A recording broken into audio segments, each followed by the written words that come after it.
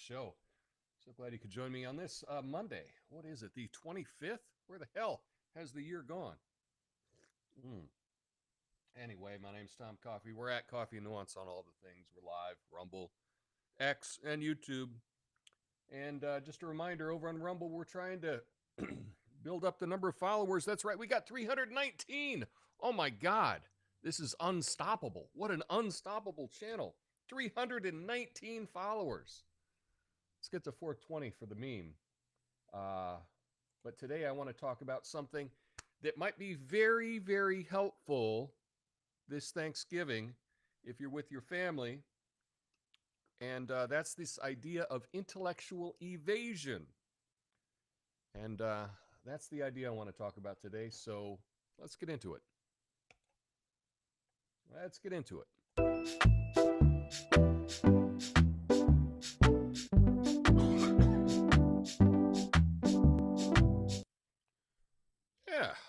Yeah. So today I want to talk about something we've all experienced, but maybe didn't have the words for until right now. That's right. It's called intellectual evasion. Excuse me. Sounds fancy, right? It's like the name of new cologne. Intellectual evasion. From when you want to smell like you're smarter than you are. No. Intellectual evasion is the fine art of dodging an argument without actually addressing it. Now, let me tell you, folks, politicians, pundits, they're Michael Jordan level at this stuff. They don't just dodge arguments, they dunk on them, run out the clock, and then act like they won the game. So here's how it works.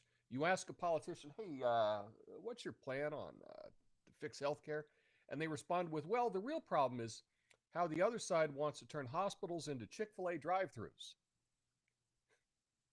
Seriously. It's like asking your spouse why the dishes aren't done, and they go, oh, so now we're talking about all my flaws. That's not an answer. That's a therapy session. Or take cable news. Someone brings up a valid criticism, and the other person goes, what about when your side did insert irrelevant scandal here? It's like playing dodgeball. But instead of throwing a ball, they're hurling decades-old grudges. Yeah, but what about 1998? Remember that thing you said at brunch? Yeah. Don't get me started on personal conversations. Ever had a fight with a friend where you just say, I just think you should have told me that you weren't coming?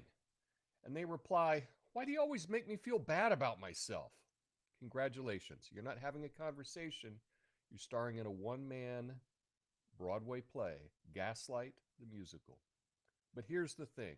Intellectual evasion works because people fall for it. Yeah, instead of saying, wait a minute, you didn't answer my question, they get swept up in the dodge. Let's be honest. We all do it sometimes. You ever pretend like you read a book that you didn't actually read and someone asks you about it, right? And you go, well, I just thought the symbolism was so powerful. Congratulations, you're now qualified to run for Congress. But here's the solution. You call it out. You label it. Hey, this is intellectual evasion. It's like turning the lights on when someone's trying to rob you. Suddenly they freeze and the game's up. Oh no, they caught me avoiding reality. And when you do this, it actually works. Imagine a debate. You didn't answer the question. You just attacked the other side. Boom. The audience loves it. Because deep down, everyone's tired of the dodge. They just want someone who will say it like it was the way that it is. Which, ironically, is also how Trump won. Say what you will, but the man is direct. Often wrong, but he's direct. So let's make a pact, folks. The next time someone ducks your argument, you don't let them off the hook. You hold them accountable, because life's too short for endless rhetorical games. And if they keep dodging, well, just remember this. Intellectual evasion might get you out of an argument, but it won't get you out of being wrong. My name's Tom Coffey. This is the Coffee and Nuance Show, the most ignored, least watched, censored commentary and news show live right now. Flame on.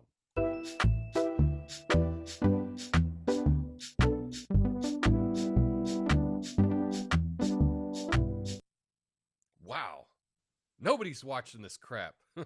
Why do I even bother? Holy cow. Well, um,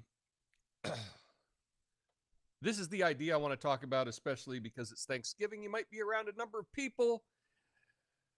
And this is a common tactic that people use. Okay. So, intellectual evasion, it's the act of avoiding engagement with the substance of an argument, right? Um, Often it's you question through diversion, mischaracterization, or rhetorical tactics. It involves deliberately shifting focus away from the issue at hand, often by attacking unrelated points, introducing totally irrelevant topics, employing logical fallacies. Intellectual evasion is commonly observed in debates, political discourse, interpersonal arguments, especially Thanksgiving dinners, to deflect criticism and avoid accountability. Um, so I just want to talk about how you can use this.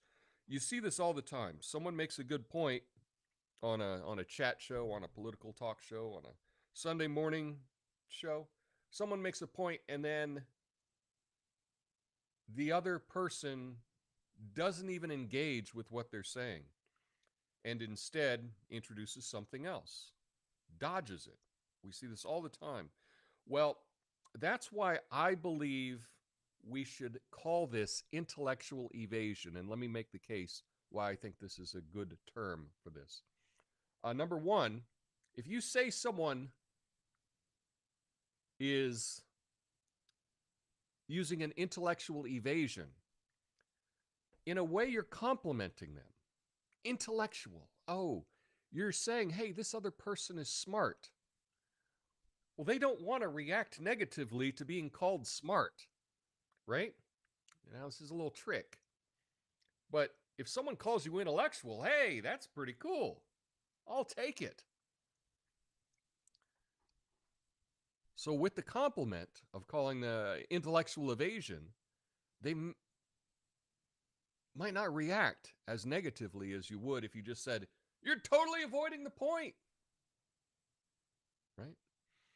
And then you can also call this out for the audience, because often if there is an argument, it's not just between the two people. You're not trying to win over the person you're having the argument with. You're trying to win over the audience. The other person might not ever come around. In the same way, at Thanksgiving dinner, if you happen to be talking about something, you don't need to convince the person that you're talking with about whatever it happens to be that they're wrong and you're right. What you want to do is present things in a way to win over the people that are around you and that are watching this discussion. And by pointing out the tactic that they're using, intellectual evasion, that they're not addressing it, that's going to make you appear to be the more consistent, logical person. And that's a lot more persuasive. And so, as an example, this weekend, Bill Maher had Neil deGrasse Tyson on. And it was a real layup, easy thing for Neil deGrasse Tyson to go along with. Bill Maher was talking about how Scientific American, one of their editors, was fired or left or whatever, but had said such things as that the difference between men and women in sports is societal or whatever, and it has nothing to do with any biological differences. Now, clearly, obviously, that's true. Neil deGrasse Tyson couldn't even address that argument. And he, made up something about, maybe it's not true with long distance swimming. Maybe women are better. That's the claim. You're not backing it up with any evidence, but you're dodging the whole point.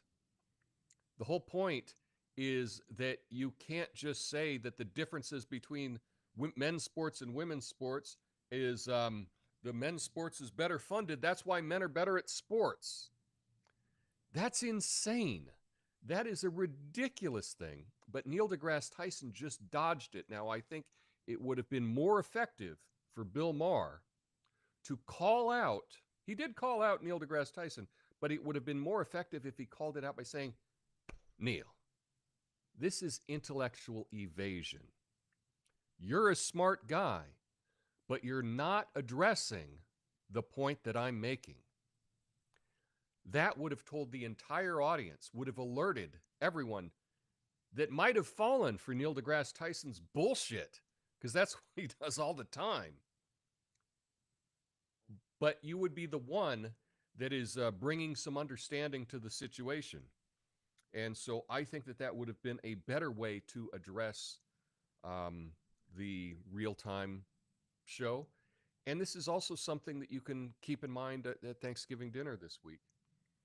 If you happen to be talking about something and you make a point and someone just evades the question, if they totally dodge the point you're trying to make, you just go, hold on. That's intellectual evasion. They're going to let you say it because you called them intellectual. And then you're going to point out that they totally avoided the point that you were making. Now, everyone is alerted to it. And now you can see if they actually deal with your point or not. Well, guess what happens? Now that everyone knows, they either deal with the subject at hand, or everyone at the table can see that they're avoiding it on purpose. It really is a win-win. So anyway, that is the argument. That's the point that I'm trying to make today. It doesn't appear that we have any chat. So this is what happens when your channel turns into almost nothing. You get no live feedback. So no after show today. I guess I'll try to go live one more time on Wednesday. We'll see if we get anyone watching. We only got a handful of people here today. So not sure what the point is of me even doing this if no one's going to watch it. But that's the idea I wanted to share with you today. I thought it was very important, especially this week if you're getting together with some people. And I would like some feedback if anyone tries this tactic out, where you let the other person know that this is an intellectual evasion, what they're doing.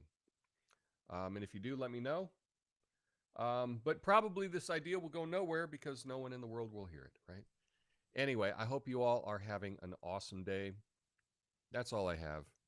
And perhaps I'll see you on Wednesday. Until then, peace.